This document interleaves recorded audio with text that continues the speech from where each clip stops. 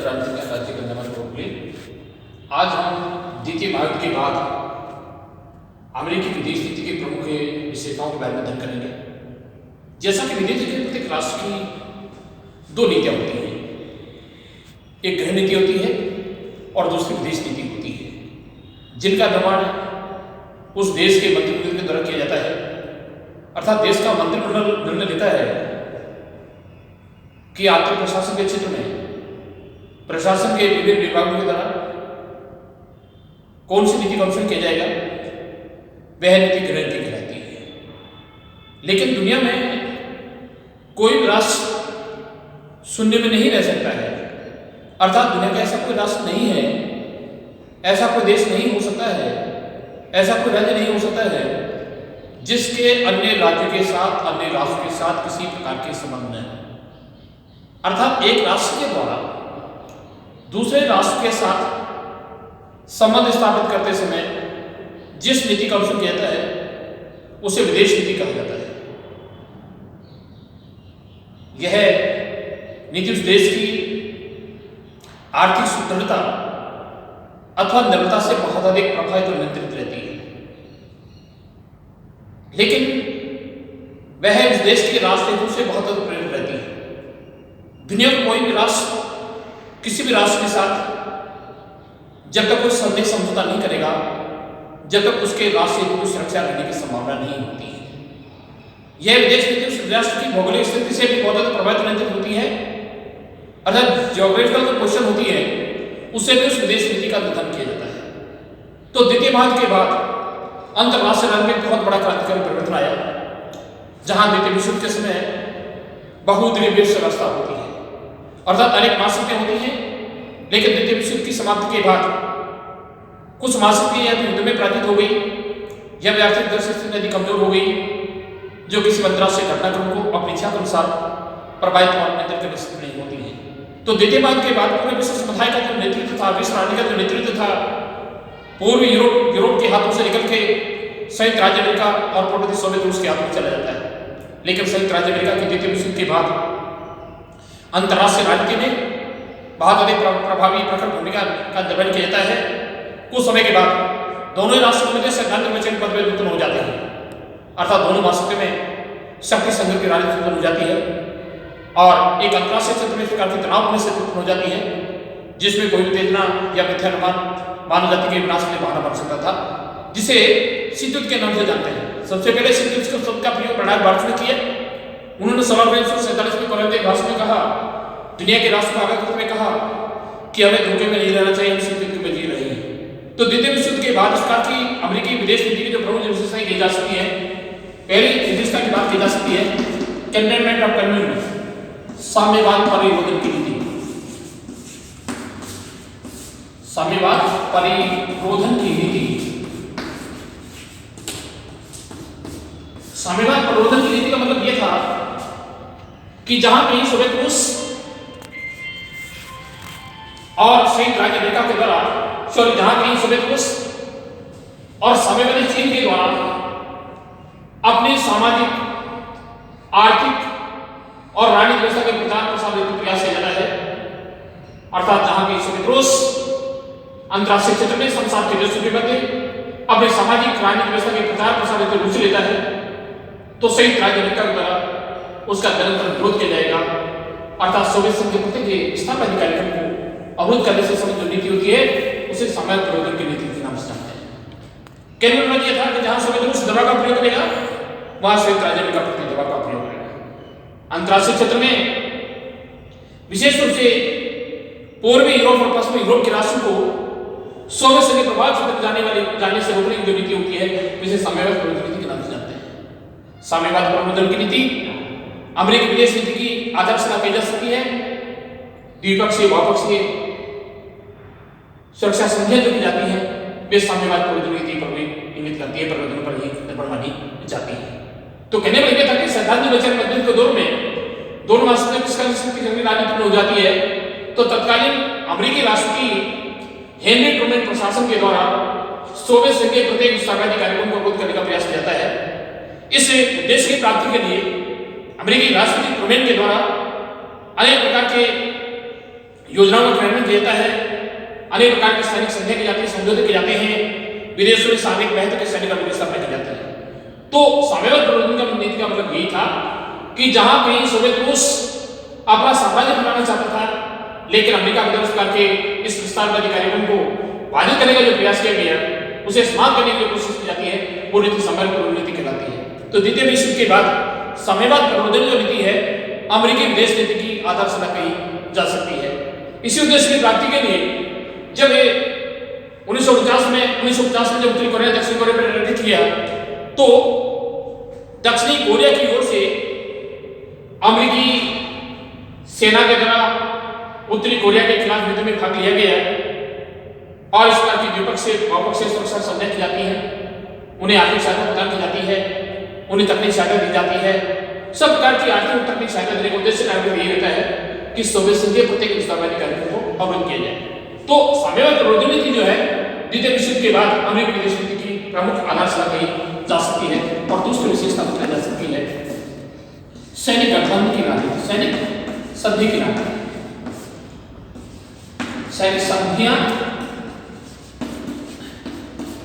द्वितीय विश्व युद्ध के बाद तत्कालीन अमेरिका के राष्ट्रपति हेनरी ट्रूमैन प्रशासन के द्वारा सोवियत संघ के प्रत्येक विस्तारवादी कार्यक्रम को अवरुद्ध करने के लिए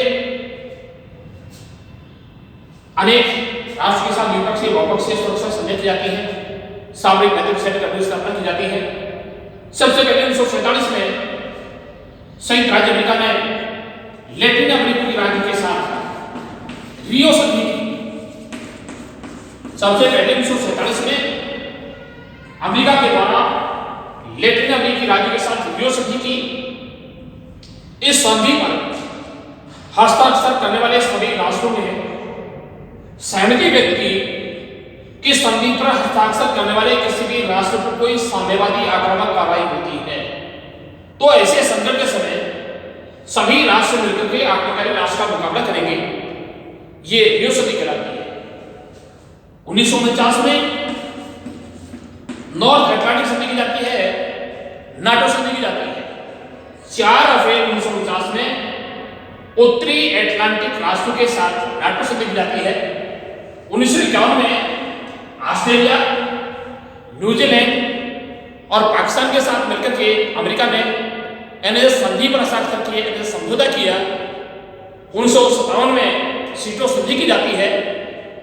तो कहने लगे था कि द्वितीय महायुद्ध के बाद सोवियत संघ के विस्तारवादी कार्यक्रम को अवरुद्ध करने के लिए अनेक प्रकार की द्विपक्षीय बहुपक्षीय सुरक्षा संधि की जाती है, सैनिक अभियान की स्थापना की जाती है। और तीसरी जो नीति की बात की जाती है आर्थिक सहायता की। तीसरी विशेषता है आर्थिक सहायता की नीति।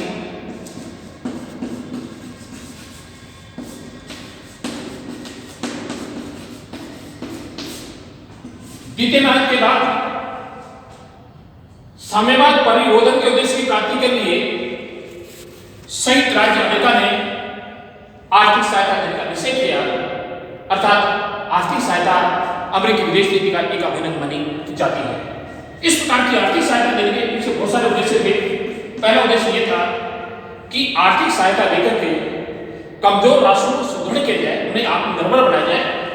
दूसरा उद्देश्य यह था कि दुनिया के इस प्रकार के जो कमजोर राष्ट्र हैं, पूर्वी यूरोप और पश्चिमी यूरोप के जो राष्ट्र हैं, उन राष्ट्रों को आर्थिक और तकनीक सहायता देकर के साम्यवाद के खतरे को टाला जाए, संभावित सोवियत संघ के इस प्रकार के बढ़ते विस्तारवादी कार्यक्रम को अवरुद्ध किया जाए।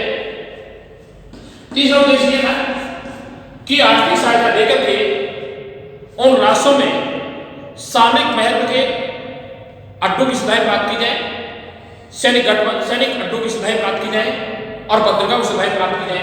इस प्रकार के कार्यक्रम के आधार पर दुनिया के गरीब राष्ट्र को अमेरिका के द्वारा संयुक्त आर्थिक सहायता देने का कार्यक्रम तय किया गया।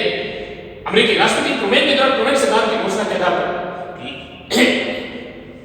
लगभग यूनान और टर्की को 20 करोड़ अरब डॉलर की सहायता प्रदान की गई।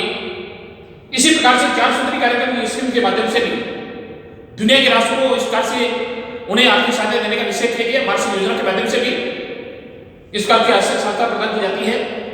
प्रगति मैत्री इस प्रकार की स्कीम्स होती हैं, योजनाएं होती हैं इन योजनाओं के माध्यम से, इनके प्रकार के माध्यम से राष्ट्र को आर्थिक सहायता प्राप्त करने का उद्देश्य ये था कि उन राष्ट्रों में सोवियत संघ के बढ़ते हुए खतरे को टाला जाए, सोवियत संघ के संभावित खतरे से रोका जाए और उन्हें सोवियत संघ के प्रभाव क्षेत्र में जाने से रोकने की जो कोशिश जाती है, उन्हें आर्थिक सहायता प्रदान की जाती है। अगली विशेषता की बात की जाती है, चौथी विशेषता की बात की जाती है विकासशील देशों पर दबाव की नीति। विकासशील देशों पर दबाव की नीति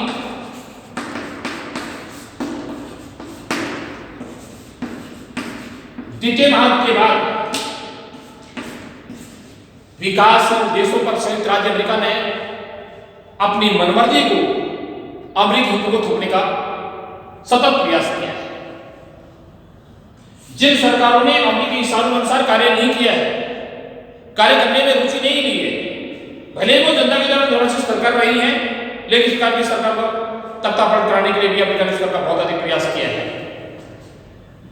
1975 में एक अमेरिकी कंपनी बहुराष्ट्रीय कंपनी ने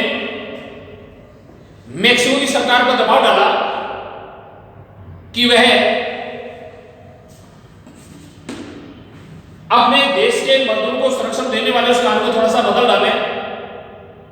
1975 में अमेरिकी रखी बहुराष्ट्रीय कंपनी ने मैक्सिको की सरकार पर दबाव डाला कि आप उस कानून को थोड़ा सा बदल दें जो देश के मजदूरों को संरक्षण देता है, लेकिन जब मैक्सिको सरकार ने कानून को बदलने से इनकार कर दिया तो वहां पर कंपनी के द्वारा उत्पादन के कारखाने को बंद कर दिया जाता है, जिसके कारण देश में लगभग 12,000 लोग और अधिक बेरोजगार हो जाते हैं। जब चिली में अलग अलग सरकार की कंपनी के लिए राष्ट्र की पहल की जाती है तो कंपनी के द्वारा अलग को मौत के घाट उतरा दिया जाता है। इसी प्रकार से जब 1995 में संयुक्त राज्य अमेरिका ने CTBT पर हस्ताक्षर करने के लिए कॉम्प्रिहेंसिव टेस्ट एंड ट्रीटी व्यापक के अपरमाणु प्रसार विशेष संधि पर हस्ताक्षर करने के लिए जब भारत सरकार पर दबाव डाला तो भारत सरकार ने उस संधि पर हस्ताक्षर करने से इनकार कर दिया। तो तत्कालीन अमेरिकी राष्ट्रपति बिल क्लिंटन के द्वारा भारत सरकार के विरुद्ध आर्थिक प्रतिबंध की घोषणा कर दी जाती है। इसी प्रकार से 20 मार्च 2001 में भारत सरकार के आंदोलन से कोई कोशिश जाती है, भारत पर दबाव डाला गया है कि वह ईरान में शांति बहाली करने के लिए अपनी सेना को वहां पर तैनात करे। 2005 में अंतर्राष्ट्रीय परमाणु ऊर्जा आयोग की बैठक में अमेरिका के द्वारा भारत पर दबाव डाला गया कि वह उत्तरी ईरान के खिलाफ मतदान में भाग ले, अन्यथा उसे परमाणु ऊर्जा आयोग के क्षेत्र में सहयोग के रास्ते अवरुद्ध हो सकते हैं। तो कहने का यह था कि विकास संदेशों पर संयुक्त राज्य अमेरिका ने अपने अमेरिकी हितों को, अपनी मर्जी को अनवरत रूप से सतत रूप से लादने का प्रयास किया। और उसके बाद अगली जो विशेष बात की जाती है आतंकवाद को समाप्त करने पर बल। द्वितीय विश्व युद्ध के बाद अंतरराष्ट्रीय क्षेत्र में निकटतम पड़ोसी राष्ट्र के द्वारा द्विपक्षीय बहुपक्षीय सुरक्षा संधि के माध्यम से जब देखा गया कि भारत और पाकिस्तान के बीच का सीमा को लेकर के घुसपैठ की घटनाएं हो जाती हैं, लेकिन जब 2001 में अमेरिकी वर्ल्ड ट्रेड सेंटर पर अटैक किया गया तो उस समय संयुक्त राज्य अमेरिका ने घोषणा की कि जो देश, जो राष्ट्र आतंकवादी गतिविधियों को पनाह देगा, संरक्षण देगा, वह संयुक्त राज्य अमेरिका का सबसे बड़ा दुश्मन माना जाएगा। तो बहुत सारी विशेषताएं हैं। सार्वभौमिक नीति है, विकास देशों पर दबाव की नीति है, आर्थिक सहायता की नीति है, सैनिक गठबंधन की राजनीति पर आधारित विदेश नीति है और आतंकवाद के उन्मूलन पर देने वाली नीति होती है। आज हम केवल इतना ही करेंगे। धन्यवाद।